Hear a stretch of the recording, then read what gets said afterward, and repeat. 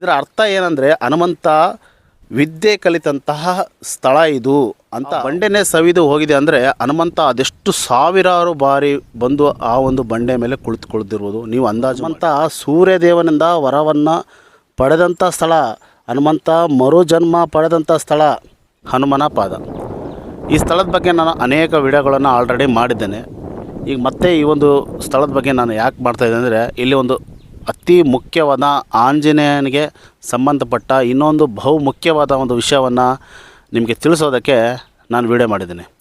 ಸ್ನೇಹಿತರೆ, ನಾನು ಹಿಂದಿನ ವಿಡಿಯೋಗಳಲ್ಲಿ ಹನುಮಂತ ಬಾಲ್ಯದಲ್ಲಿ ಇರಬೇಕಾದ್ರೆ ಸೂರ್ಯನನ್ನು ಹಣ್ಣೆಂದು ಭಾವಿಸಿ ತಿನ್ನಲು ಆಡ್ತಾನೆ. ಆತ ಒಂದು ಪರ್ವತ ಮೇಲೆ ಬೀಳ್ತಾನೆ. ನಂತರ ವಾಯುದೇವ ಎತ್ಕೊಂಡೋಗಿ ಒಂದು ಗುಹೆ ಸೇರ್ಕೊಳ್ತಾನೆ. ನಂತರ ಇಂದ್ರಾದಿ ದೇವತೆಗಳು ಒಂದು ವರವನ್ನು ನೀಡ್ತಾರೆ. ಆ ಸ್ಥಳ ಇದೆ ಅಂತ, ಈ ಹನುಮನ ಪಾದದ ಸ್ಥಳ ಅಂತಲೇ ನಾನು ಆಗ ವಿಡಿಯೋ ಮಾಡಿದ್ದೆ. ಈಗ ಮತ್ತೆ ಯಾಕೆ ವಿಡಿಯೋ ಮಾಡ್ತಿದ್ದೀನಿ, ಅದೇ ಒಂದು ರಿಪೀಟ್ ಮಾಡ್ತಾ ಇಲ್ಲ. ಇಲ್ಲಿ ಕೆಲವೊಂದಿಷ್ಟು ವಿಷಯಗಳನ್ನು ನಾನು ನಿಮಗೆ ತಿಳಿಸೋದನ್ನು ಮರೆತುಬಿಟ್ಟಿದ್ದೆ. ಈಗ ಕೊನೆಯದಾಗಿ ಆ ವಿಶೇಷವಾದ ಒಂದು ಮಾಹಿತಿಯನ್ನು ನಿಮ್ಮ ಮುಂದೆ ಇವತ್ತಿನ ವಿಡಿಯೋದಲ್ಲಿ ನಾನು ಹಂಚ್ಕೊಳ್ತೀನಿ. ಸ್ನೇಹಿತರೆ ನೋಡಿ, ಮೊದಲನೇದಾಗಿ ಹನುಮಂತ ಈ ಸೂರ್ಯನನ್ನು ಹಣ್ಣೆಂದು ಭಾವಿಸಿ ತಿನ್ನಲು ಮೇಲಕ್ಕೆ ಹೋಗ್ತಾನಲ್ಲ, ಆಗ ಇಂದ್ರದೇವ ವಜ್ರಾಯದಿಂದ ಹೊಡೆದಾಗ ಒಂದು ಪರ್ವತದ ಮೇಲೆ ಬೀಳ್ತಾನೆ. ಆ ಪರ್ವತ ಯಾವುದಂದರೆ ಇಲ್ಲಿ ಬನ್ನಿ ತೋರಿಸ್ತೀನಿ.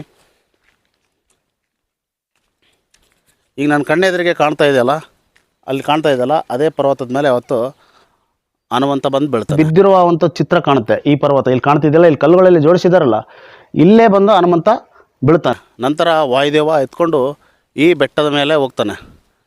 ಈ ಬೆಟ್ಟದ ಮೇಲೆ ಹೋದಾಗ ಅಲ್ಲಿ ಒಂದು ಚಿಕ್ಕ ಗುಹೆ ಇದೆ.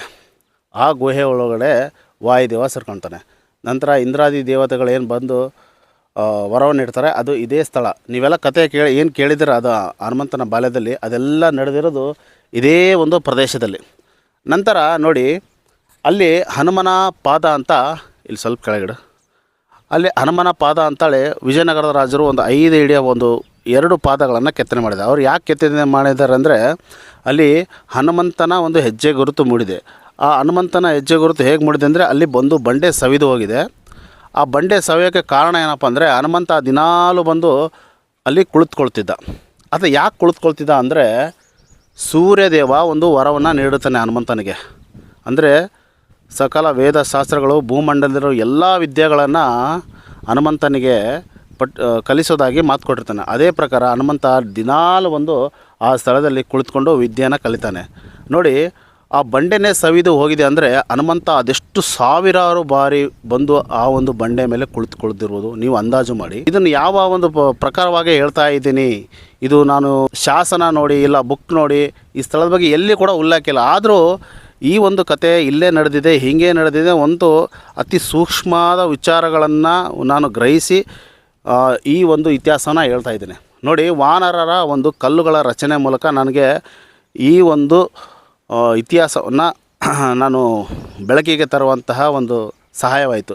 ಈಗ ನೋಡಿ, ಹನುಮಂತ ಅಲ್ಲಿ ವಿದ್ಯೆ ಕಲಿಯುತ್ತಿದ್ದ, ಆತ ಯಾವ ಭಂಗಿಯಲ್ಲಿ ಕುಳಿತುಕೊಳ್ತಿದ್ದ ಅನ್ನೋದನ್ನು ವಾನರರು ಭಾಳ ಕ್ಲೀನಾಗಿ ತೋರಿಸಿದ್ದಾರೆ. ಈಗ ನನ್ನ ಹಿಂದ್ಗಡೆ ಇಲ್ಲೊಂದು ಕಲ್ಲು ತೋರಿಸ್ತೀನಿ, ಇಲ್ಲಿ ಬಂಡೆಕಲ್ಲು. ಇದು ವಾನರರೇ ಜೋಡಿಸಿರುವಂತಹ ಕಲ್ಲು. ನೋಡಿ, ಆ ಪರ್ವತ ಇಲ್ಲಿದೆ, ಅದರ ಮುಂದೆನೇ ಇದೆ. ಇದು ಹೇಗೆ ಇದೆ ಅಂದರೆ, ಹನುಮಂತ ತನ್ನ 2 ಮಂಡಿ ಕಾಲುಗಳನ್ನು ಮಡಚಿಕೊಂಡು ಕುಳಿತಿರುವಂತಹ ಭಂಗಿಯಲ್ಲಿ ವಾನರರು ಭಾಳ ಸ್ಪಷ್ಟವಾಗಿ ಆ ಕಲ್ಲುಗಳನ್ನು ಜೋಡಿಸುವ ಮುಖಾಂತರ ನಮಗೆ ತಿಳಿಸ್ತಿದ್ದಾರೆ. ಅಂದರೆ ಇದರ ಅರ್ಥ ಏನಂದರೆ, ಹನುಮಂತ ವಿದ್ಯೆ ಕಲಿತಂತಹ ಸ್ಥಳ ಇದು ಅಂತ ವಾನರರು ಭಾಳ ಸ್ಪಷ್ಟವಾಗಿ ತೋರಿಸ್ತಾ ಇದ್ದಾರೆ. ಆತ ಎಲ್ಲಿ ಕುಳಿತುಕೊಳ್ತಾ ಇದ್ದ ಅಂದರೆ, ಅದೇ ಒಂದು ಪರ್ವತದ ಮೇಲೆ, ಆ ಒಂದು ಬೆಟ್ಟದ ಮೇಲೆ, ಅಲ್ಲಿ ಆತ ಸೂರ್ಯದೇವನಿಂದ ವಿದ್ಯೆಯನ್ನು ಕಲಿಯೋದಕ್ಕೆ ಕುಳಿತುಕೊಳ್ತಿದ್ದ. ಸ್ನೇಹಿತರೆ, ಇನ್ನಷ್ಟು ಕಥೆಗಳು ಅಲ್ಲಿ ಬಾಕಿವೆ. ಅದರ ಹನುಮಂತ ಕುಳಿತುಕೊಳ್ತಿದ್ದ ಸ್ಥಳ ಅದು ವಿಜಯನಗರ ರಾಜರು ಹೇಗೆ ಗುರುತಿಸಿ ಪೂಜೆ ಮಾಡ್ತಾಯಿದ್ರು ಮತ್ತು ಸಾಕಷ್ಟು ವಿಚಾರಗಳು ಅಲ್ಲಿ ಮೇಲ್ಗಡೆ ಇದೆ. ನಾನು ಪ್ರತಿಯೊಂದು ಏನು ಇತಿಹಾಸ ಹೇಳ್ತೀನಿ ಅದನ್ನು ನಾನು ಸಾಕ್ಷಿ ಪುರಾವೆ ಜೊತೆಗೆ ನಿಮ್ಮ ಜೊತೆಗೆ ಹಂಚ್ಕೊಳ್ಳೋಕೆ ಇಷ್ಟಪಡ್ತೀನಿ. ಬನ್ನಿ, ಅಲ್ಲಿ ಮೇಲ್ಗಡೆ ಹೋಗೋಣ. ಇನ್ನಷ್ಟು ವಿಷಯಗಳು ಅಲ್ಲಿ ಮೇಲೆ ನಮಗೆ ನೋಡೋಕೆ ಸಿಗ್ತವೆ. ಬನ್ನಿ.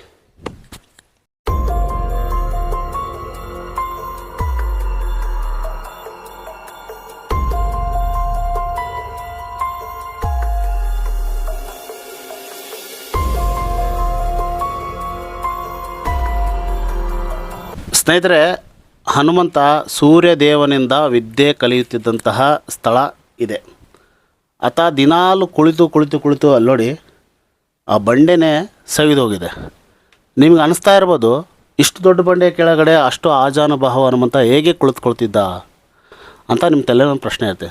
ಸ್ನೇಹಿತರೆ ನೋಡಿ, ತ್ರೇತಾಯುಗದಲ್ಲಿ ಹನುಮಂತ ಇಲ್ಲಿ ಏನು ಕುಳಿತುಕೊಳ್ತಿದ್ದ, ಆಗ ಈ ಬಂಡೆ ಇದ್ದಿಲ್ಲ.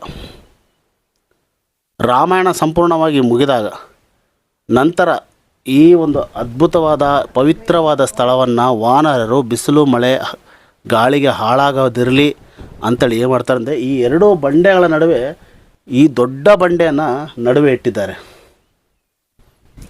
ಇದನ್ನು ಈ ಪಾದವನ್ನು ಸಂರಕ್ಷಣೆ ಮಾಡೋ ಸಲುವಾಗಿ. ನಂತರ ವಿಜಯನಗರದ ಅರಸರು ಬರ್ತಾರೆ.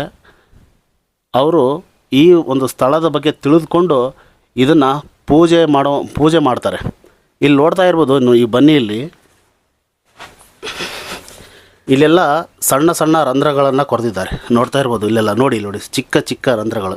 ಇಲ್ಲಿ ಮುಂದಕ್ಕೆ ಈಗ ನೋಡ್ತಾ ಇರ್ಬೋದು, ಇಲ್ಲಿ ಒಂದು ರಂಧ್ರ ಇದೆ, ಅಲ್ಲಿ ಒಂದು ರಂಧ್ರ ಇದೆ, ಅಲ್ಲೊಂದಿದೆ. ಇವೆಲ್ಲ ಯಾಕೆ ಮಾಡಿದ್ದಾರೆ ಅಂದರೆ, ಇದನ್ನು ಪೂಜೆ ಮಾಡೋ ಸಲುವಾಗಿ. ಅಂದರೆ ಅಲ್ಲೆಲ್ಲ ಒಂದು ಈ ಬಂಡೆಗೆ ಆ ಒಂದು ರಂಧ್ರಕ್ಕೆ ಕಟ್ಟೆಗಳನ್ನು ಸಿಕ್ಕಿಸಿ ಅಲ್ಲೇನೋ ಪರದಾಗಿ ಕಟ್ಟಿ ಈ ಒಂದು ಸ್ಥಳದಲ್ಲಿ ಪೂಜೆ ಮಾಡೋ ಸಲುವಾಗಿ, ಇಲ್ಲೆಲ್ಲ ಪೂಜೆ ಒಂದು ವಸ್ತುಗಳನ್ನು ಇಡೋ ಸಲುವಾಗಿ ಮಾಡಿರ್ಬೋದು. ಇದು ಪೂಜೆ ಮಾಡೋ ಸಲುವಾಗಿ ಹಿಂಗೆ ಮಾಡಿದರೆ. ಆಮೇಲೆ ಇದು ಜನಸಾಮಾನ್ಯರಿಗೆ ಅರ್ಥವಾಗಲಿ ಅಂತ ಏನು ಮಾಡ್ತಾರೆ, ಅಲ್ಲಿ 2 ದೊಡ್ಡ ಪಾದಗಳನ್ನು ಕೆತ್ತನೆ ಮಾಡಿದ್ದಾರೆ. 5 ಅಡಿಯ ಉದ್ದ ಪಾದಗಳನ್ನು ಅಲ್ಲೊಂದು ಮಂಟಪ ಸಹ ಮಾಡಿದ್ದಾರೆ.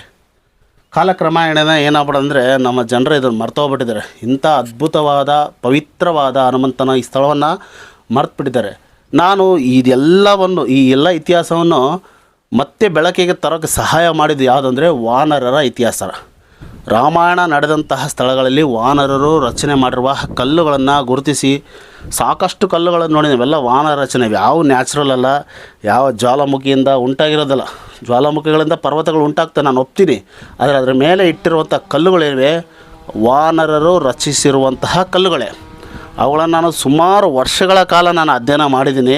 ಕೊನೆಗೆ ಅದರ ಫಲವೇ ಇಂಥ ಅದ್ಭುತವಾದ ಪವಿತ್ರವಾದ ಸ್ಥಳಗಳನ್ನು ನಾನು ಮತ್ತೆ ಬೆಳಕಿಗೆ ತರುವಂತಹ ಪ್ರಯತ್ನ ಮಾಡ್ತಾನೇ ಇದ್ದೀನಿ. ಆಮೇಲೆ ಸ್ನೇಹಿತರೆ, ಈಗ ವಾಯುದೇವ ಎತ್ಕೊಂಡು ಬಂದು ಒಂದು ಗುಹೆ ಸೇರ್ಕೊಳ್ತಾನಲ್ಲ, ಆ ಪೊಟರೆಯನ್ನು ತೋರಿಸ್ತೀನಿ ಬನ್ನಿ.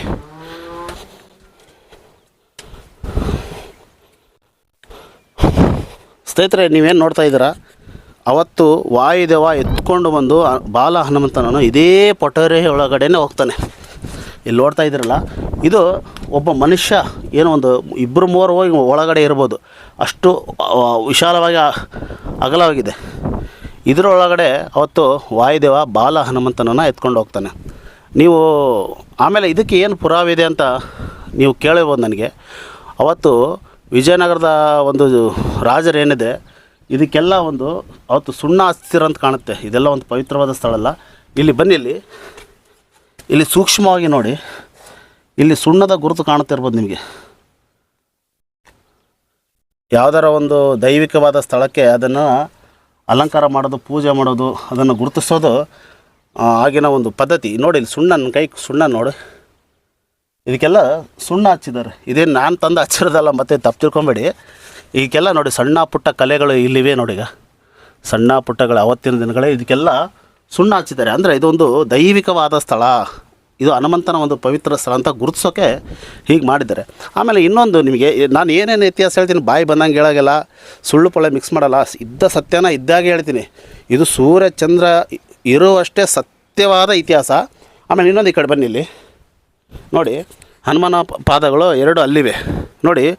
ವಿಜಯನಗರದ ರಾಜರು ನಿಜವಾದ ಪಾದ ಕಡೆ ಆ ಭಕ್ತರು ಹೋಗಲಿ ಅಂತ ಅವತ್ತು ಒಂದು ಪೋಲ್ ಥರ ಕಟ್ಟಿಗೆಯನ್ನು ಅಥವಾ ಕಬ್ಬಿಣದ ರಾಡ್ಗಳನ್ನು ಸಿಕ್ಕಿಸೋಕೆ, ಅಂದರೆ ಈ ಕಡೆ ಹೋಗೋಕ್ಕೆ ನೋಡಿ, ಇಲ್ಲಿ ಹೋಲ್ಗಳು ನೋಡಿ, ಇಲ್ಲಿ ಹೋಲ್ ನೋಡಿ, ಇದೊಂದು ಹೋಲು, ಇದೊಂದು ರಂಧ್ರ ನೋಡಿ. ಇವೇನಿದೆ ಇಲ್ಲೆಲ್ಲ ಕಬ್ಬಿಣದ ಪೋಲ್ ರೀತಿಯಲ್ಲಿ ಇಟ್ಟು ಆ ಭಕ್ತರು ಕರೆಕ್ಟಾಗಿ ನೋಡಿ ಹೀಗೆ ಹೋಗೋದಕ್ಕೆ, ಅಂದರೆ ಹೀಗೆ ಬಂದು ನೋಡಿ, ಇಲ್ಲೆಲ್ಲ ಪೋಲ್ ಇದೆಯಲ್ಲ, ಹೀಗೆ ಹೋಗಿ ನಿಜವಾದ ಹನುಮಂತನ ಪಾದವನ್ನು ದರ್ಶನ ಮಾಡೋದಕ್ಕೆ ಇವೆಲ್ಲ ಮಾಡಿದ್ದಾರೆ. ಇದೇನಾದ್ರು ಸುಳ್ಳು ಪಳ್ಳು ಕತೆ ಹೇಳ್ತಿದ್ರೆ ಇವನ್ನೆಲ್ಲ ಯಾಕೆ ಮಾಡ್ತಿದ್ರು ಹೇಳ್ರಿ? ಇದು ನಿಜವಾದ ಇತಿಹಾಸ. ಇದನ್ನು ನಾವೆಲ್ಲ ಕಾಲಕ್ರಮೇಣ ಮರೆತುಬಿಟ್ಟಿದ್ವಿ. ಉದಾಹರಣೆ ಇಲ್ಲಿಗೆ ಈ ಕೆಳಗಡೆ ನೀವು ನೋಡ್ತಾ ಇರ್ಬೋದು, ಇಲ್ಲೆಲ್ಲ ಮುಸ್ಲಿಮರ ಅನೇಕ ಗೋರಿಗಳನ್ನು ನಾವು ಕಾಣ್ಬೋದು. ಈ ಒಂದು ಸ್ಥಳದಲ್ಲಿ ಅವೆಲ್ಲ ಸುತ್ತಲೂ ಏನಿದೆ ಬರೀ ಮುಸ್ಲಿಮರ ಗೋರಿಗಳಿವೆ.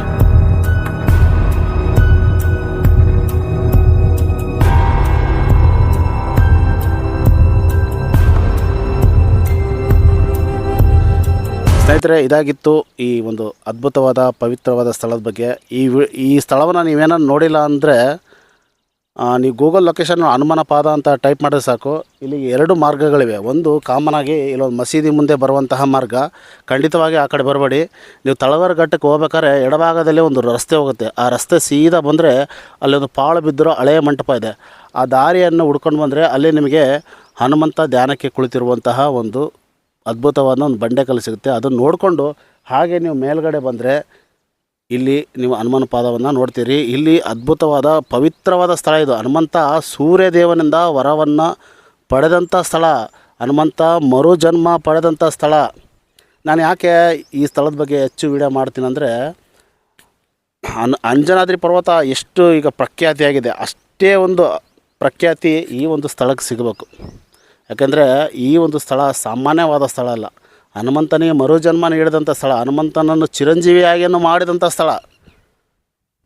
ಅದಕ್ಕಾಗಿ ನಾನು ಸಾಕಷ್ಟು ಬಾರಿ ಈ ಒಂದು ಸ್ಥಳದ ಬಗ್ಗೆ, ಈ ಒಂದು ಪರ್ವತ ಬಗ್ಗೆ ಹೆಚ್ಚಿನ ವಿಡಿಯೋಗಳನ್ನು ನಾನು ಮಾಡ್ತಾಯಿದ್ದೀನಿ ನನ್ನ ಕೈಲಾದಷ್ಟು. ಯಾಕಂದರೆ ಇದು ನನ್ನ ಕರ್ತವ್ಯ. ಪ್ರತಿಯೊಬ್ಬ ಹನುಮಂತನ ಭಕ್ತರಿಗೆ ಯಾವಾಗ ಈ ವಿಡಿಯೋ ತಲುಪುತ್ತೆ, ಯಾವಾಗ ಈ ಸ್ಥಳದ ಬಗ್ಗೆ ಪೂರ್ತಿಯಾಗಿ ತಿಳಿಯುತ್ತೆ, ಆವಾಗ ನನ್ನ ಕರ್ತವ್ಯ ಕಂಪ್ಲೀಟ್ ಆಗುತ್ತಂತ ನಾನು ಅಂದ್ಕೊಂಡಿದ್ದೀನಿ. ಆಯಿತು ಸ್ನೇಹಿತರೆ, ಮತ್ತೆ ಮುಂದಿನಂತಹ ಇಂಥ ವಿಶೇಷವಾದಂತಹ ಒಂದು ಸ್ಥಳದ ಜೊತೆಗೆ ಮತ್ತೆ ನಿಮ್ಮನ್ನು ಭೇಟಿ ಆಗ್ತೀನಿ ನಾನು. ನಮಸ್ಕಾರ.